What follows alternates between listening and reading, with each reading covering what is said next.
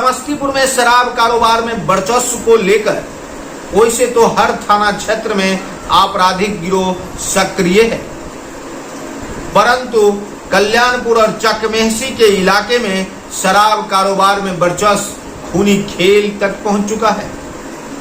जी हाँ, ये मैं नहीं कह रहा हूं, यह समस्तीपुर की पुलिस ने ही उजागर किया है। कल्याणपुर और चकमेहसी थाना क्षेत्र में दो गिरोह शराब के बहुत बड़े नेटवर्क का संचालन किया करते थे और दोनों गिरोह के बीच इस संचालन को लेकर एक विवाद सा भी माहौल कायम हो चुका था। तभी तो जेल में बंद शराब माफिया प्रभात चौधरी के शागिर्दों द्वारा बाहर में शराब बेचने को लेकर दूसरे गिरोह के लोग प्रभात चौधरी को ही रास्ते से हटा देना चाहते थे। जी हां, समस्तीपुर एसपी ने जो खुलासा किया है वह आप यदि सुन चुके हैं तो आप स्वयं अंदाजा लगा सकते हैं कि समस्तीपुर के कल्याणपुर और चकमेहसी के इलाके में शराब कारोबार का कितना बड़ा नेटवर्क है। समस्तीपुर में एक शराब कारोबारी दूसरे शराब कारोबारी की हत्या के लिए 60 लाख रुपए तक का डील करता है। आप समझ सकते हैं कि जब डील 60 लाख रुपए का होता है तो व्यापार कितने का होता होगा। करोड़ों रुपए की शराबें बिकती होगी, तभी तो 60 लाख रुपए की डील एक गिरोह के मास्टरमाइंड को समाप्त करने के लिए डील किया जाता है। सबसे आश्चर्यजनक बात यह है कि प्रभात चौधरी जेल में है और प्रभात चौधरी को टपकाने के लिए राम बाबू राय नाम के एक व्यक्ति जो कि जनप्रतिनिधि हैं और एक प्रतिष्ठित दल के प्रखंड अध्यक्ष भी। फिर राम बाबू राय का यह व्यापार इस प्रकार से फलता फूलता था कि वह अपने प्रतिद्वंदी ग्रुप के मास्टरमाइंड जो जेल में बंद था उसकी हत्या करवाना चाहता था। पुलिस के खुलासे से एक बात साफ हो गई है कि प्रभात चौधरी जेल में रहकर भी कल्याणपुर और चकमेहसी के इलाके में शराब का कारोबार करता है, अर्थात जेल से शराब का व्यापार संचालित होता है। यह खुलासा इस अर्थ में हमारे द्वारा किया जा रहा है क्योंकि समस्तीपुर के एसपी ने स्वयं इस बात का पटाक्षेप किया है कि एक ग्रुप दूसरे ग्रुप के शराब कारोबार को ध्वस्त करना चाहते थे। कोर्ट परिसर में शराब माफिया प्रभात चौधरी के उपस्थापन के बाद गोली मारकर हत्या करने की नीयत से पहुंचे 3 अपराधियों ने पिस्टल का इस्तेमाल किया था और बाद में जब इस कांड का खुलासा हुआ तो मामला यह सामने आया कि 60 लाख रुपए की डील हुई। फिर क्या था, समस्तीपुर के इलाके में इस बात का चर्चा आरंभ हो गया कि जब डील 60 लाख रुपए की हो सकती है किसी की हत्या करवाने के लिए, तो उस क्षेत्र में शराब का कितना बड़ा कारोबार चल रहा होगा, इसका अंदाजा ना तो पुलिस को है और ना ही आम जनता को।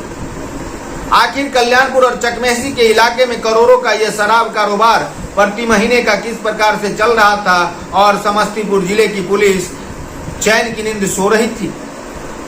समस्तीपुर के एसपी ने कल्याणपुर और चकमेहसी के थाना अध्यक्ष को निलंबित कर दिया।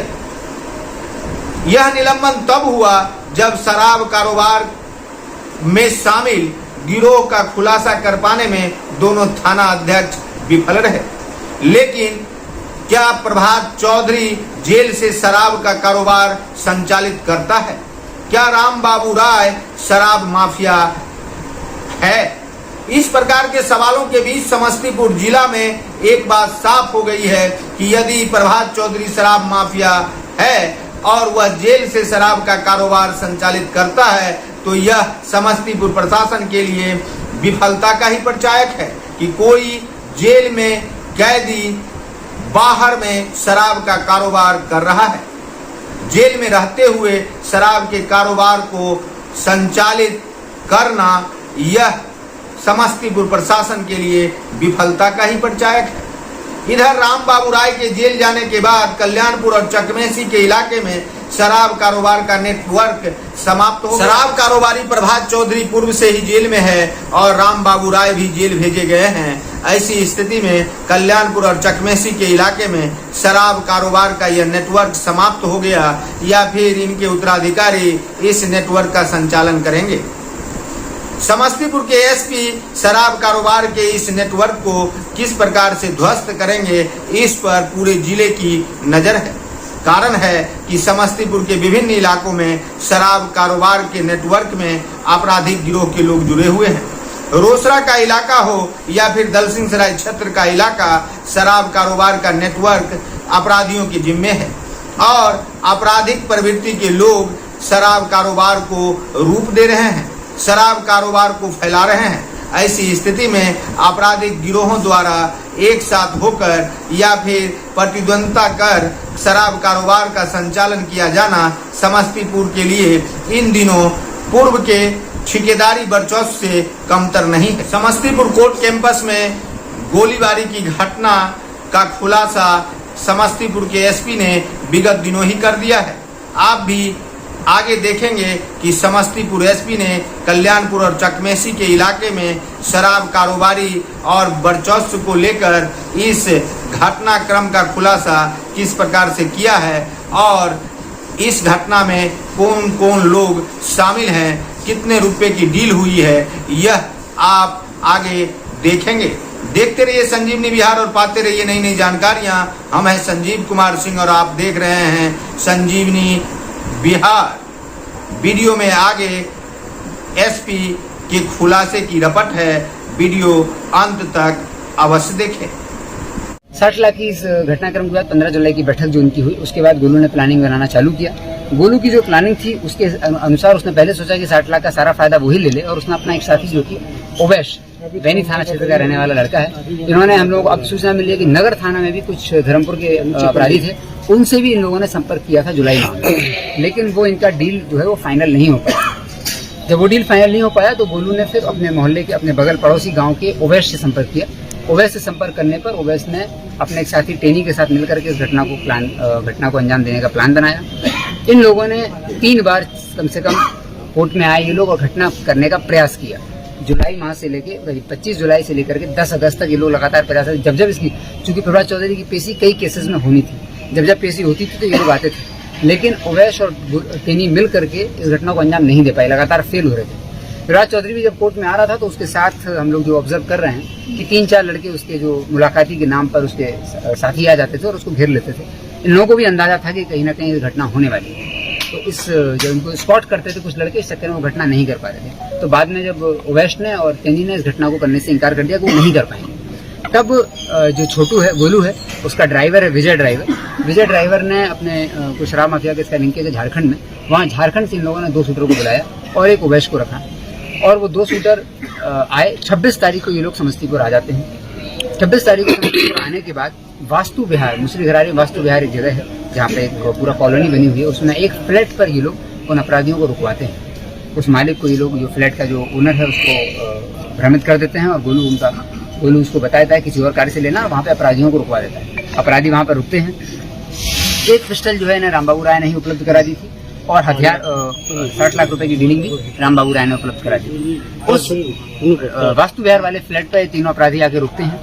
वहाँ पर पूरी प्लानिंग होती है घटना की और घटना की प्लानिंग होने के बाद तीनों अपराधी मिल करके इस कैंपस में आते हैं। कैंपस में आने के बाद करीब 11:15 बजे लोग कैंपस में आ गए थे। 1.5 घंटे तक इस कैंपस में लोग रहे। पेड़ के नीचे जहाँ पर पार्किंग होती है मोटरसाइकिल की, वहाँ पर तीनों अधिकारी अपराधी आ जाते हैं।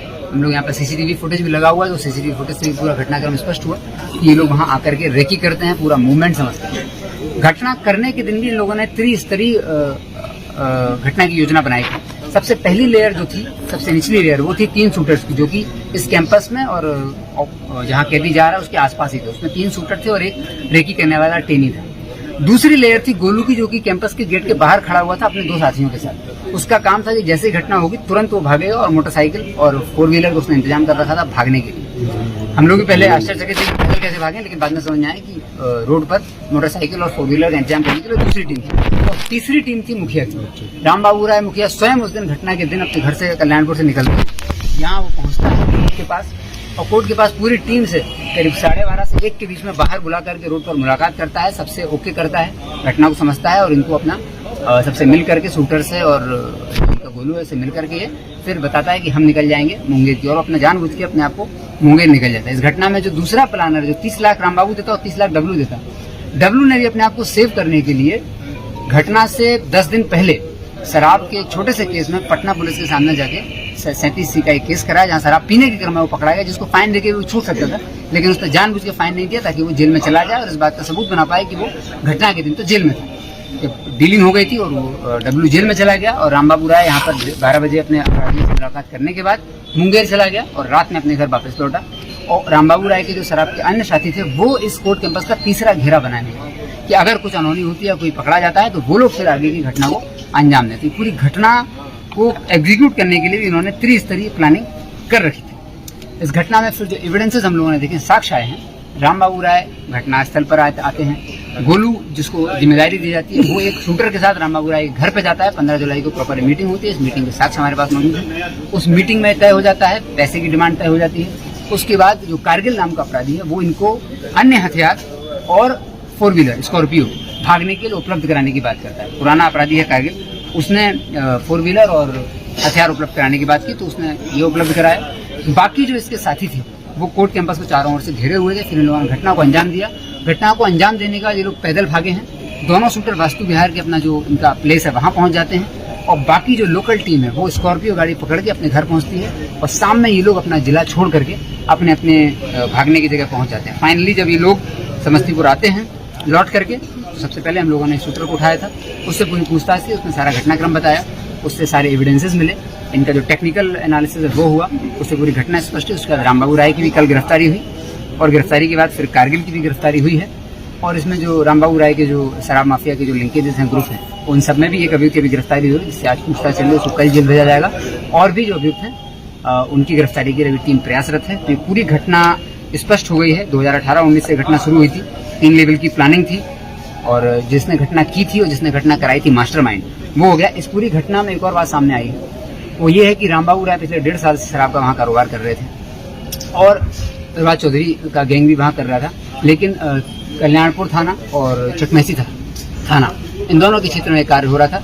बार बार इनको निर्देश भी दिया गया था, लेकिन चूंकि ये शराब माफिया संगठित होकर के कार्य कर रहा था तो हम लोगों ने जब देखा तो कल्याणपुर और चकमेसी में रामबाबू राय के खिलाफ एक भी FIR दर्ज नहीं है, लेकिन डब्लू के खिलाफ कुछ FIR दर्ज हुई है, जिससे थाना प्रभारी का अपने क्षेत्र पर शराब माफियाओं के विरुद्ध जो नियंत्रण है और कार्रवाई है उसमें कमी परिलक्षित हो रही है। इसको देखते हुए कल्याणपुर थानाध्यक्ष और चकमेसी थानाध्यक्ष को आज रात में ही निलंबित कर दिया जाएगा तत्काल प्रभाव से और वहाँ पर नए थानेदार की पोस्टिंग होगी। साथ ही जो रामबाबू राय है इसका अगला स्टेप क्या है, इसके ऊपर कौन है, सफेद पोस्ट माफिया की भी हम लोगों को इसमें समझ में आ रहा है कि इसके ऊपर भी एक लेयर कोई होना चाहिए। तो वो 4th लेयर कौन है जो रामबाबू राय को संरक्षण दे रहा था। थाना का जो है थाना प्रभारी का हम लोगों को समझ में आया है कि एक उदासीनता रामबाबू राय के प्रति, एक दूसरे ग्रोह पे वो कार्य कर रहे थे, तो एक तरीके से एक ग्रोह को कार्रवाई की गई और दूसरे ग्रोह की तरफ कार्रवाई करने में उदासीनता बरती गई। इसलिए उनको SDPO सदर की रिपोर्ट आई है, उस रिपोर्ट के आधार पर हम लोग दोनों थाना प्रभारी को सस्पेंड कर रहे हैं।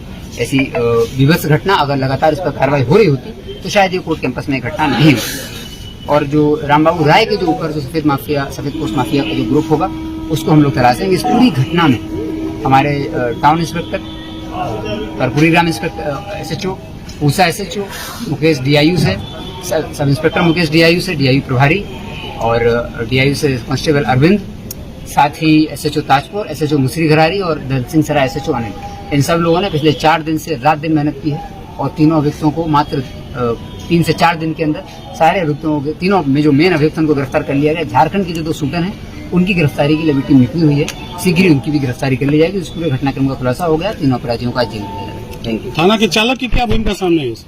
अभी तो कुछ स्पष्ट नहीं है। मैंने बताया थाना प्रभारी की तरफ से जो भूमिका परिलक्षित हुई है, जहाँ पे लापरवाही बरती गई है, वो भी हम लोग उसमें कार्रवाई करेंगे।